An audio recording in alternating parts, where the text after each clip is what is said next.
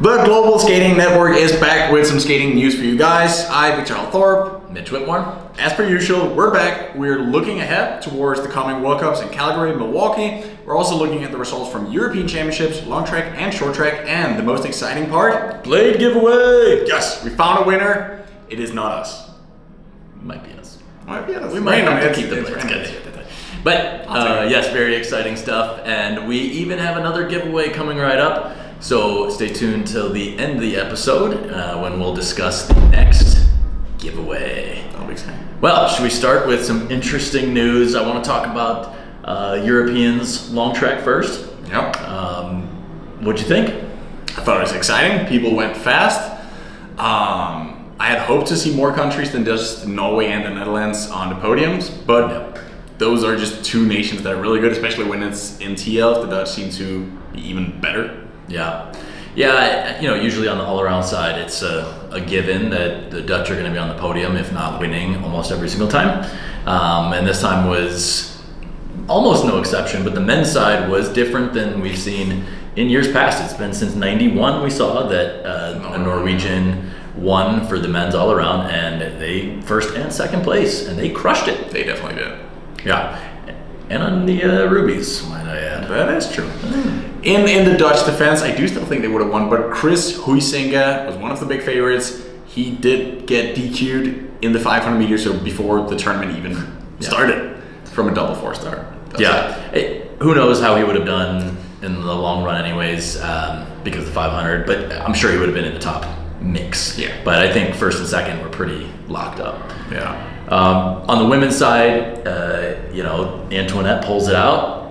Really impressive. She gets the job done all the time over the defending world champion of Joy. Yeah. So That was pretty well. I like the fact that Antoinette is a pure all-rounder. Same for Petter Kongshaug. Because I feel like we've seen a tendency in these last 5-10 years that it tends to be more and more the best distance skaters that win all-rounds. Right. We see Nils, Irene Schouten, they're the ones having like the previous World Championship titles. Even Giotto is up there. So I thought that was super cool. she won the 500. Yeah, by Right, like with a time that would have gotten her fifth. and it seemed like the sprint tournament. based on their recent trials, like her speed is there, and I had thought that she's really shifting more towards the sprints, because in years past she's pretty slow in the short stuff, and then by Worlds she's tapered and like the speed comes around. But this year you really saw some speed early, and then she still skates a really fast 5K to round it off, and That's true. hats off to her. And I would say the same for the men's side. It was cool seeing how such different profiles were battling it out. We saw ex-Korean, now Hungarian Minso Kim being, a minute and a half, 2 minutes behind Giotto's time at that 10K, but still like pretty close in the ranking after he beat him by 3 seconds in the 500. Right. I think that's the beauty of an all-round tournament. Yeah, it's pretty fun, and I would almost say that you could shift the all-arounds a little bit to have maybe 500,000, 15, 10K or something, like a short all-around could be something to watch too, because then you'd really get a true best of everything skater, not just like clearly long distance. But you're right, this was a little bit different, some better 500 meter skaters, and it was exciting. On the sprint side, what'd you see? I think the Dutch were good. But Jenning de Bow is, we've seen this the whole year. If you take Jordan out, and Jordan did not make it to Europeans, Yeah, he didn't. then I didn't think qualify. we knew where it was going. I still think it's cool seeing that other countries are getting closer. Like Martin Leaf from Estonia. The Polish skaters are men and women. We had a bunch into basically all 6 of them in the top 10, I think. Right, but it was still a pretty dominant Dutch performance. And then on the women's side, they swept it, which is to be expected, because I think if there was a World Sprints right now, it wouldn't be that much different. I think there are a few, the Little and Big Kims, Miho, of course, would mix it up, but not crazy difference. They are some of the top, 5 or 6 best in the world already. That is true. The one thing I thought was the most interesting looking at the women's was that we have not seen Femke at a She didn't even finish their big trials. event. And she was decent in the 1,000 for her standards, but the 500 was extraordinary. Winning the first 500 with not a smooth hang down in the turn, but a full tilt down, and she was impressive, I would say, in 500. Yeah, I can't really fathom coming out of the her not racing season, and still hitting a 37.3 or 37.5 on her first one of the year at their trials, and then also backing it up at European sprints with some super fast times. That's pretty well. In 14 days, she skated 4 500s, where the slowest was a 37.5. Right. At sea level. Wild. Yeah. While we had some fiery action in Europe, things have also been pretty interesting and really fast here on the other side of the Atlantic Ocean. Yeah, if you haven't been keeping up with the speed skating results .com information, Jordan Stolz 34-0 back-to-back weekends in time trials in Milwaukee. Pretty incredible. All he did was 500s those weekends because it sounds like he was kind of training through that, believe it or not. In Salt Lake City, though, we did not have the fastest ice conditions, and he skated a 34.2 and then a 34.1, thinking maybe that would have been a bit faster, but still 34.0. That is official. It is a Lowland World Records. Yes. Shin Hama skated at the exact same time, 34.07 in Heerenveen, that Jordan also did. So we'll see who's the faster skater when we get to probably Milwaukee or Heerenveen or Calgary. Calgary's not. Yeah, it's pretty wild the times that we're seeing from Jordan and others. Yenning is also putting out some really impressive stuff at sea level. Times that we used to see win World Cups at Salt Lake City. Now, the next race we are going to see is up in Calgary, and they have had some very impressive times, especially because we've been, talking a little bit about how Calgary is getting slower and slower and slower. Yeah. They proved us wrong. These last 2 weeks, it seems to have been really fast. Connor Ha went 142, and Anders Johnson, which I think is the most impressive. Double PB'd. Jeez. 34.5, and then dropped it down to a 34.3. And it's crazy because, as Vic said, in years past, we've been we know the ice has clearly fallen off in Calgary. The World Cup winning times there have not been nearly what they were in that 2017 to 2019 range. There was some really good stuff. And it seems like they're back on their game. And this is even after we heard from the Canadians that they were having ice troubles earlier in the year, which does seem to happen a lot in Calgary. Never not happened. But it seems like they clearly fixed it, and it was good times across the board. And when you see a bunch of native Calgarians setting personal bests, a good amount of them, the ice is good. If you're PBing, or there's a good chunk of the group setting PBs, then that's probably a dead giveaway. I do think it's fun that it's funny that we've had this conversation back and forth. They've been battling the two rinks, Salt Lake City, Calgary, which one is the world's fastest ice or the fastest ice on earth, or however they're phrased it. They have each a little trademark. Yeah. And I think we both agree there's a good chance that this season it'll be neither. Right. I think Milwaukee or Heerenveen or Insel for that matter can, as of right now, they're winning that game. Yeah, I would say as of today, Insel still had the fastest day on the season.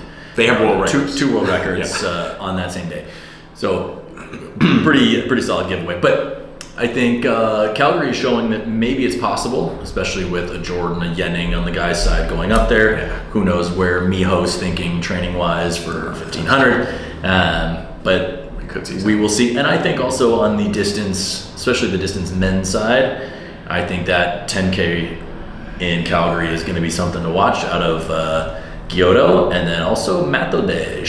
He's been up there already, a little bit early, so should be something to watch. Curve of improvement has been unreal.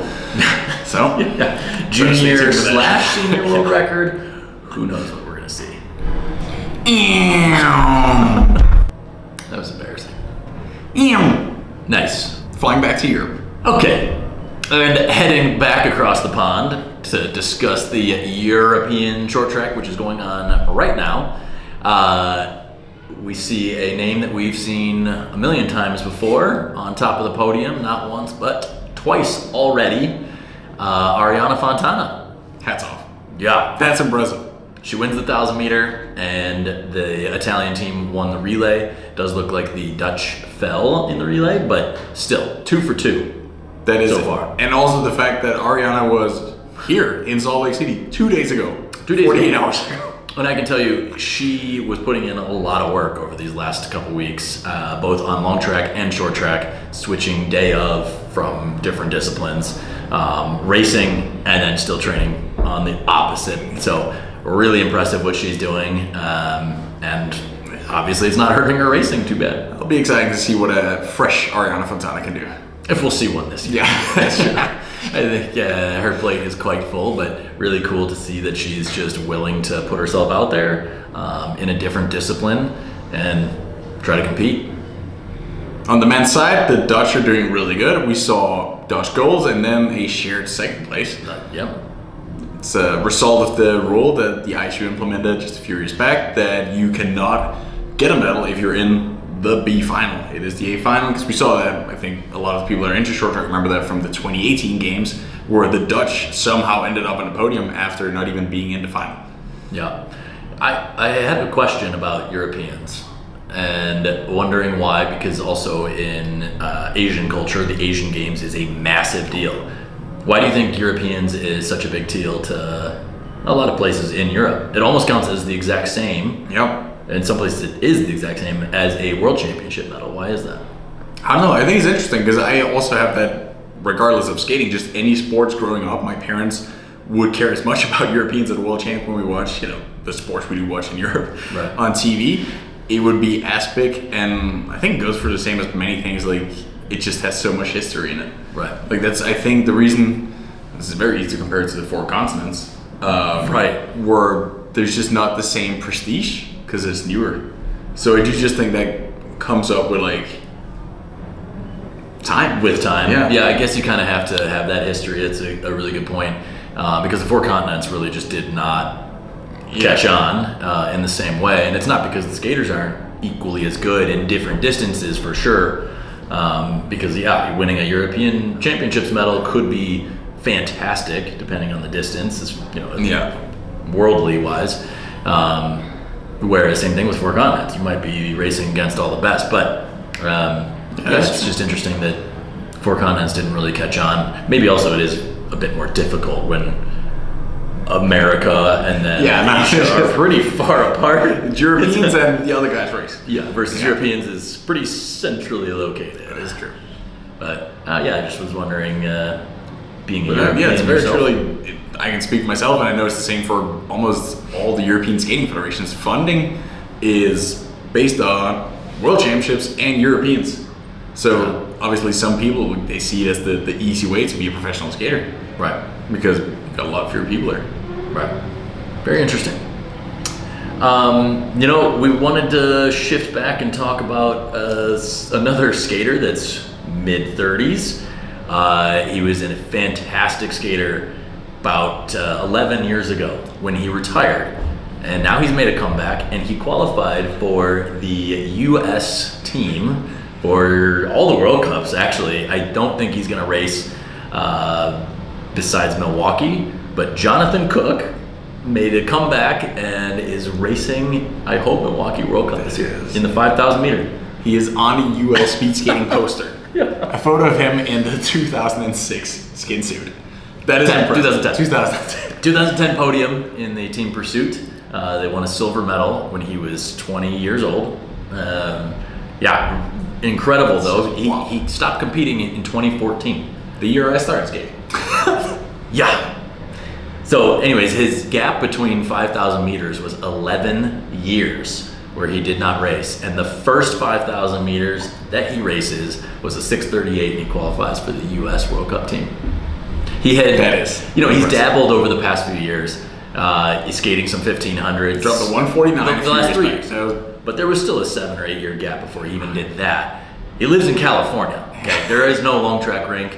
I don't think he does any short track in California either. But he comes back, has some fun with it, and then lo and behold, the dude qualifies for a World Cup team.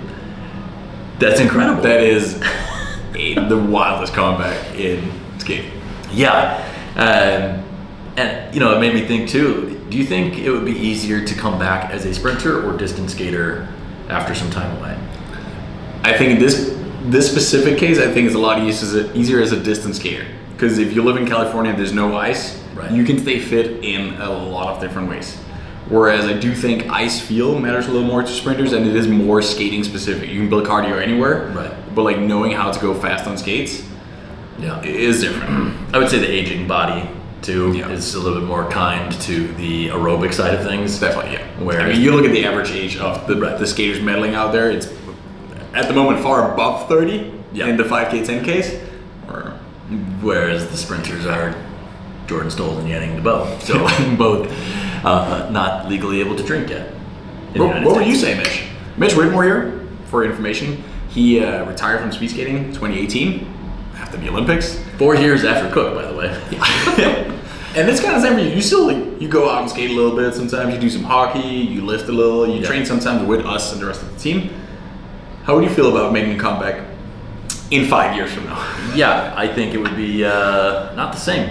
You know, like I think in a 500, I think I could still make it look nice, or at least for my standards. Yeah. You know, I think I could still skate well. Just I already have much less power in the actual skating modality than I did before. Yeah. I think I'm actually stronger off the ice than I was as a skater, but it's very different when Yeah. the skating specific muscles just aren't there. And so that's what's so incredible about what Cook's done. And I would say though, I've fluctuated quite a bit fitness wise, but last season I came into when we had ice pretty fit aerobically, and it did seem like 1500, 5K was Yeah. totally doable. Do I still think I could open a 9.7 in a 500? I don't think so. So yeah, that kind of just fades, and I think the training that it would take to get that back would break me well before I would get there. So I also think you should be taking into account when Mitch says this. He skated a 34.2. Jonathan Cook has skated a 6.09. But who's counting? 34.1? Yeah. 1.9? Yeah, that's a 1. I round it up. Nobody cares. No, but to be fair, like Jonathan Cook skates a 6.38. That's very impressive. But the guy has a 6.09 PB. Yeah. Same would go for Mitch. Like if he goes out and It's a skates a whole lap. 35.0, that would be crazy. But it's still a second almost slower. So I do think just knowing how to skate or having figured skating out gotta be a massive help. Yeah, for sure. Yeah, of course, the higher your peak, the Yeah. closer you can, get back to that. But still, I think what Yeah, he's it's done is insane. bonkers. So really exciting. Hopefully, this gives him a little bit more motivation. Yeah. Not that he doesn't have motivation now, but a little bit more to like see what he can do next season. What if he actually tries to do a 5,000? Because I don't think he even thought it was. I didn't think he was sure he could race it at trials. Yeah. And then he just, all right, I'll You're do on the one. team. Impressive. Kooky Cook. Which leads us to our trivia question. Who do you think has the biggest gap between their last World Cup race and then their comeback World Cup race? We know, we'll give one name that comes to mind, Casey Boudier. We think it was a pretty long time, but he did kind of sprinkle some races in here and there, especially once the mass starts came back. So who knows? But somebody's going to find the answer for us while we also look up who that is. That's the trivia. Late giveaway time? Late giveaway time. Okay, so yes, we decided on a winner Yes. for our Vikings, and we are giving away a pair of Viking Icon 17.5s to Simcha Kruithof? something like that. Yes. Commented on there saying who he's gonna race, and we're excited to send him a pair of blades. Probably just bring them to him in person during that World Cup trip. But brand new pair of blades heading your way. And just put a little bit of pressure on you. He said he's going to skate a 10K with those blades, so Yes, so we got to see it. he definitely needs them. Otherwise, you got to give the blades back. That's your And contract. that'll be pretty exciting. New pair of blades. If you didn't win the blades, or even if you are the one who won blades, we have another giveaway. Another giveaway. So we've got some more bike shoes to give away. Viking bike shoes. So same as the last time. Please comment on YouTube and on Instagram, and Follow us. follow say who Viking. you're going to train with in the summertime, and we will be sure to discuss that the next episode. Also comment your shoe size, so we make sure to not send you a helps. size. That helps. We don't have every single shoe size, but Who knows which ones? maybe luck of the draw. But comment. That'll be Yes. fun. That was it in terms of news, but what do we have to look forward to? Well, I'm looking forward to obviously the whole next World Cup circuit is really nice. We've talked plenty about Poland as not the nicest place to skate because it's so damn cold and slow. Unlike all the other things. However, the other 3 rinks are very exciting this year. Milwaukee, the first World Cup since before I was competing, even on long track. Calgary with some faster ice sounds really exciting. Heerenveen is always great, and obviously their ice has been super quick. So I think we're going to see 3 out of 4 of these World Cups with really fast ice and really exciting stuff. Obviously Heerenveen with the crowd. Milwaukee, I hear, is probably going to be sold out for all the days as well, which will be awesome. And then I think Calgary, again, with the fast ice, and hopefully they get some people in there with the 10Ks. And yeah, I'm just excited for all the racing to come. It is super nice having a season that I think just about every World Cup skater out there is excited to go to these places. That makes it awesome. Yeah. Lots of people cheering. I said earlier today to Mitch here, I think we're going to see some lowland world records, to which he responded. What did I respond? He said, I think we're going to see some world records. Yes. A world record. I do. I think over the next 4 World Cups, I think 1, maybe 2, but at least 1 world record will be broken. I think that'll be tough because, again, it's not like Salt Lake City World Cup ice with low air pressure and all that jazz. However, I do think if Calgary is like what we've seen in the last few weeks, and just the way that some of the distance skaters are racing right now, we also have those young bucks on the sprint side. There is some really good skaters out there. So I think we could see a couple world records. So stay tuned. Junior world records, for sure. I feel very confident that that one kid from the Czech Republic. That's it. That's all we have. That's all we've got. So again, comment on our YouTube or Instagram or both for the bike shoes with your size. And we'll announce the lucky winner on the next episode. And we'll have more to talk about with the Calgary World Cup results and Milwaukee right after that. That'll be fun. See you there. See you next time.